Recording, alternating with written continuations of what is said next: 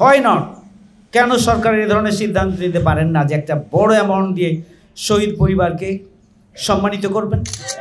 যদি সংস্কার ছাড়া এবং বিচার ছাড়া নির্বাচন হয়, তাহলে আগামী দিনের নির্বাচন বাংলাদেশকে আবারও ফ্যাসিবাদের দিকে নিয়ে যাওয়ার। জামাত ইসলামী বাংলাদেশ দেশব্যাপী এ পর্যন্ত শহীদের তালিকা যতটা আমরা হাতে পেয়েছি, প্রত্যেক শহীদ পরিবারের কাছে গোটা বাংলাদেশেই এই সহযোগিতা পৌঁছে দেওয়া হয়েছে। আলহামদুলিল্লাহ। এখনও তালিকা সমৃদ্ধ হচ্ছে, আসতে আছে, সেগুলো আমরা এখন সংরক্ষণ করছি এবং যারা এখনও পাননি আমরা তাদের কাছে এটি পৌঁছে দেব। যারা শুরুতে 1 লাখ পেয়েছিলেন কিন্তু পরবর্তীতে আরও 1 লাখ যাদের পাওয়ার কথা এখনও পান নাই, তাদের কাছেও আমরা পৌঁছে দেব ইনশাআল্লাহ। ইনশাআল্লাহ আপনারা শুনলে খুশি হবেন। আপনারা জানেন যে বাংলাদেশ জামাত ইসলামী একটা রাজনৈতিক সংগঠন, একটা ইসলামী সংগঠন। আলহামদুলিল্লাহ, এই যে শহীদদের তালিকা এবং একটা সংক্ষিপ্ত বর্ণনা, এটি এখন পর্যন্ত রাষ্ট্রের দায়িত্ব ছিল। রাষ্ট্র সবার আগে শহীদদের তালিকা করবেন, শহীদ পরিবারকে পুনর্বাসন করবেন, তাদের মাসিক ভাতা দেওয়ার ব্যবস্থা করবেন, আহতদেরকে চিকিৎসার ব্যবস্থা করবেন, তাদের তালিকা তৈরি করবেন এবং তাদের পুনর্বাসনের ব্যবস্থা করবেন এবং তাদেরকে প্রতি মাসে ভাতার ব্যবস্থা করবেন যতদিন পর্যন্ত সুস্থ না হন। এবং যারা চাকরির উপযোগী নয়, পরিবারের কোনো একজন সদস্যকে চাকরি দেবেন, সেই দাবি আমরা প্রথম দিন থেকে জানিয়ে আসছি। কিন্তু খুবই দুর্ভাগ্যজনক যে একটা রাষ্ট্র তাদের যে অগ্রাধিকার প্রয়োজন ছিল, যাদের বিনিময়ে আজকে নতুন বাংলাদেশ, তাদের কোরবানির স্বীকৃতিস্বরূপ রাষ্ট্রের পক্ষ থেকে তাদের জন্য যে ধরনের ব্যবস্থা করার দরকার ছিল, সেই তুলনায় রাষ্ট্র খুবই অপ্রতুল কার্যক্রম করেছেন। এবং যেটা এমন আমলাতান্ত্রিক জটিলতা যে একজন সাধারণ আহত এবং শহীদের পরিবারের পক্ষে এখান থেকে তাদের পাওনাটা পাওয়া, এটা অনেক বেশি কঠিন। এটা দুর্ভাগ্যজনক।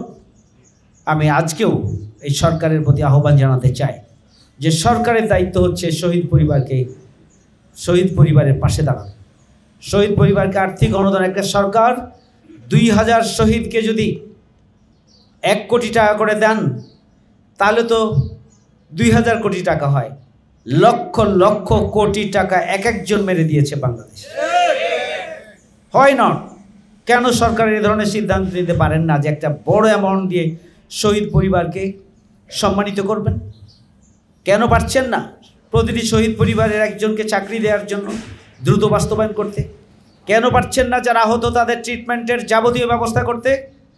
কেন সরকার পারছেন না যারা অনেক বেশি আহত, যাদের দেশে ট্রিটমেন্ট সম্ভব নয়, প্রয়োজনে বিদেশে তাদেরকে পাঠিয়ে ট্রিটমেন্টের ব্যবস্থা করবেন, চিকিৎসা করবেন? কেন সরকার পারছেন না? সরকার অগ্রাধিকারে যদি ভুল করেন তাহলে দেশ এবং জাতি ক্ষতিগ্রস্ত হবে। যারা দেশের জন্য গৌরব এনে দিয়েছে, ওই সমস্ত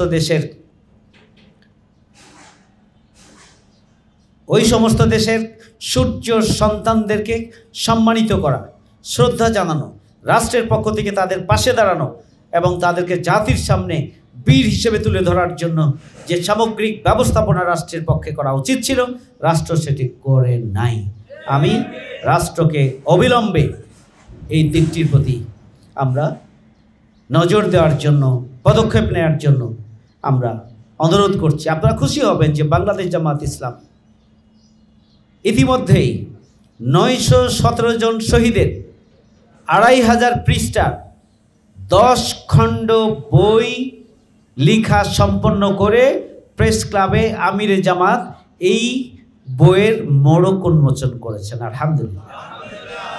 আমরা ইনশাআল্লাহ পর্যায়ক্রমে বাকি শহীদদের তালিকা আমাদের হাতে এসেছে এবং তাদেরও ইতিহাস এবং ঘটনাগুলোকে সংরক্ষণ করে আরও 10 খণ্ড বই হয়তো হবে এবং সেগুলো আমরা আবারও মোড়ক উন্মোচন করবো ইনশাআল্লাহ।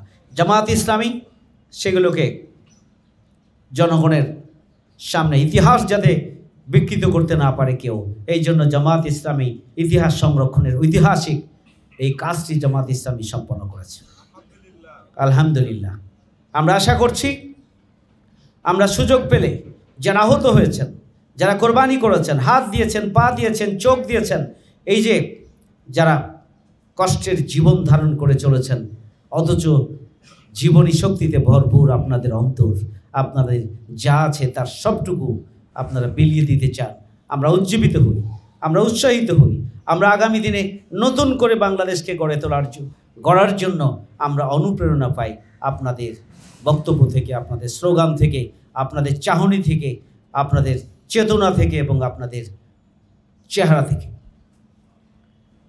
সম্মানিত এবং প্রিয় ভাইয়ের আমার, জামাত ইসলামী আল্লাহ তৌফিক দান করলে আমরা যারা আহত রয়েছেন তাদেরও আমরা ঘটনাগুলোকে সংরক্ষণের জন্য যাতে কেউ ইতিহাস বিকৃত করতে না পারে সেই জন্য আমরা পদক্ষেপ গ্রহণ করব ইনশাআল্লাহ।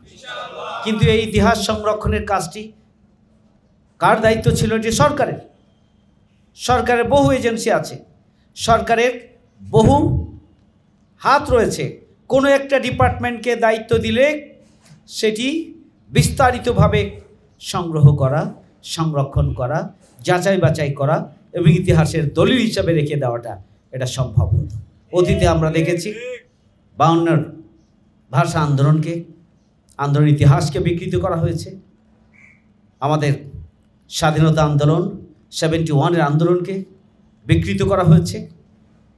আমরা দেখব ভবিষ্যতে যদি এখন ইতিহাস সংরক্ষণ না হয়, ইতিহাস তৈরি না হয়, তাহলে আগামী দিনে এই জুলাই গণঅভ্যুত্থানের ইতিহাসকেও বিকৃত করা হবে। এই জন্য অবিলম্বে এই ইতিহাস সংরক্ষণের জন্য, সংগ্রহের জন্য, লিপিবদ্ধ করার জন্য সরকারের পক্ষ থেকে দ্রুত পদক্ষেপ গ্রহণ করা দরকার। সম্মানিত প্রিয় ভাইয়ের আমার, আমি বলছিলাম যে আলহামদুলিল্লাহ অসাধ্য সাধন জামাত ইসলামী করেছে। আলহামদুলিল্লাহ। আমরা আজকে আর কথা বাড়াতে চাই না, আপনাদের জন্য দোয়া করি আপনারা দ্রুত সুস্থ হয়ে উঠুন। আপনাদের জন্য দোয়া করি আল্লাহ রাব্বুল আলামিন আপনাদেরকে ধৈর্য এবং সাহসিকতায় ভরপুর করে দিন। আমরা আপনাদের জন্য দোয়া করি পরিবার পরিজনকে ধৈর্য ধারণের তৌফিক আল্লাহ রাব্বুল আলামিন দান করেন এবং দোয়া করি স্বাভাবিক জীবনে আল্লাহ রাব্বুল আলামিন যেন আপনাদেরকে ফিরে আসার ব্যবস্থা করে দিন। পাশাপাশি শহীদ পরিবারের জন্য আমরা দোয়া করি আল্লাহ রাব্বুল আলামিন তাদের পরিবারগুলোকে দুনিয়ায় প্রশান্তি দান করো এবং পরকালে তাদেরকে শাহাদাতের সর্বোচ্চ মর্যাদা দান করো, সেই দোয়া আমরা করছি। সবশেষে আমরা সরকারের কাছে দাবি জানাতে চাই যে অবিলম্বে যে সমস্ত খুনি আমাদের প্রিয় ভাইদেরকে শহীদ করেছে, আহত করেছে, নির্মমভাবে নির্যাতন চালিয়েছে, তাদের নামে ইতিমধ্যে মামলা হয়েছে, অবিলম্বে তাদেরকে গ্রেপ্তার করা হোক এবং তাদেরকে বিচারের মুখোমুখি করা হোক। আমরা একটি নতুন বাংলাদেশ চাই এবং সেই নতুন বাংলাদেশ বিনির্মাণের জন্য আমরা অবশ্যই গণতান্ত্রিক একটি পরিবেশে একটি নির্বাচন চাই, কিন্তু নির্বাচনের পূর্বে অবশ্যই মৌলিক সংস্কার হতে হবে। নির্বাচন পূর্বে অবশ্যই খুনিদের বিচার হতে হবে। নির্বাচনের পূর্বে অবশ্যই যারা শহীদ পরিবার এবং যারা আহত তাদের পুনর্বাসনের ব্যবস্থা গ্রহণ করতে হবে। যদি সংস্কার ছাড়া এবং বিচার ছাড়া নির্বাচন হয় তাহলে আগামী দিনের নির্বাচন বাংলাদেশকে আবারও ফ্যাসিবাদের দিকে নিয়ে যাওয়ার সম্ভাবনা থেকেই যাবে। সুতরাং যেই জন্য আমাদের তরুণ এবং দামাল ছেলেরা জীবন দিয়েছে একটি দুর্নীতিমুক্ত, বৈষম্যমুক্ত, ন্যায় বিচারের অধিকার প্রতিষ্ঠার বাংলাদেশ প্রতিষ্ঠার জন্য, চাঁদাবাজ এবং সন্ত্রাসমুক্ত বাংলাদেশ প্রতিষ্ঠার জন্য আমাদের তরুণ ছাত্র জনতা যেভাবে জীবন দিয়েছে, সেই চেতনাকে যদি আমরা প্রতিষ্ঠা করতে চাই তাহলে দুর্নীতিমুক্ত, সন্ত্রাসমুক্ত, চাঁদাবাজ মুক্ত, বৈষম্যমুক্ত, ন্যায় বিচার এবং ইনসাফের একটি বাংলাদেশ দরকার। সেটি যদি প্রতিষ্ঠিত করতে হয় তাহলে অবশ্যই আমাদের দেশে বড় ধরনের সংস্কার প্রয়োজন। কিন্তু একটি গ্রহণযোগ্য নির্বাচনের জন্য যে সংস্কার প্রয়োজন আর যে সংস্কারগুলো রাজনৈতিক সরকার ক্ষমতায় আসলে যে সংস্কারগুলো সহজে করতে চাইবে না, সেই ধরনের মৌলিক এবং গুরুত্বপূর্ণ 18 কোটি মানুষের জন্য দেশের স্বাধীনতার সার্বভৌমত্বের জন্য, দেশের উন্নয়নের জন্য এবং সার্বিকভাবে একটি বসবাসযোগ্য নতুন বাংলাদেশ গড়ে তোলার জন্য যেই সমস্ত মৌলিক সংস্কার প্রয়োজন, সেই সংস্কারগুলো অন্তর্বর্তীকালীন সরকারকে হাত দিতে হবে এবং অবিলম্বে এগুলো সম্পন্ন করে এরপরেই নির্বাচনের জন্য শিডিউল ঘোষণা করতে হবে। সে আহ্বান জানিয়ে আমি আমার কথা শেষ পর্যায়ে এভাবেই নিয়ে আসতে চাই যে আমাদের সম্মানিত মুরব্বী এবং একজন বিশিষ্ট ব্যবসায়ী, যিনি আল্লাহর পক্ষ থেকেই তার কাছে আল্লাহ তাকে যে সামর্থ্য দিয়েছেন, সেই সামর্থ্য অফি আমওয়ালিহিম হাক্কুল লিসাইল ওয়াল মাহরুম, আল্লাহ রাব্বুল আলামিন খুবই পরিষ্কার করে বলেছেন যে তার সম্পদে কিন্তু অন্যের হক আছে। তিনি সেই হকটি আপনাদের সামনে বলেছেন, যেগুলো আমার সম্পদ নয়, এগুলো আপনাদের আমানত, আমি সেই আমানত আপনাদের কাছে পৌঁছে দেওয়ার জন্য এসেছি। আমার মনে হয় যে আমরা খুবই গর্বিত এই ধরনের একজন প্রকৃত চেতনাধারী একজন ব্যবসায়ী। আজকে যদি তার জন্য আমরা খুবই গর্ব অনুভব করছি এবং অন্তর থেকে দোয়া করছি আল্লাহ রাব্বুল আলামিন যেন তার ব্যবসা বাণিজ্যে আরও বরকত করে দেন, বরকত বাড়িয়ে দেন। তিনি আজকে যা দেবেন তার হাজার হাজার গুণ আল্লাহ তাকে যেন সামর্থ্যবান করে দেন, তার সম্পদকে সমৃদ্ধ করে দেন হাজার হাজার গুণ, সেই দোয়া আমরা করি।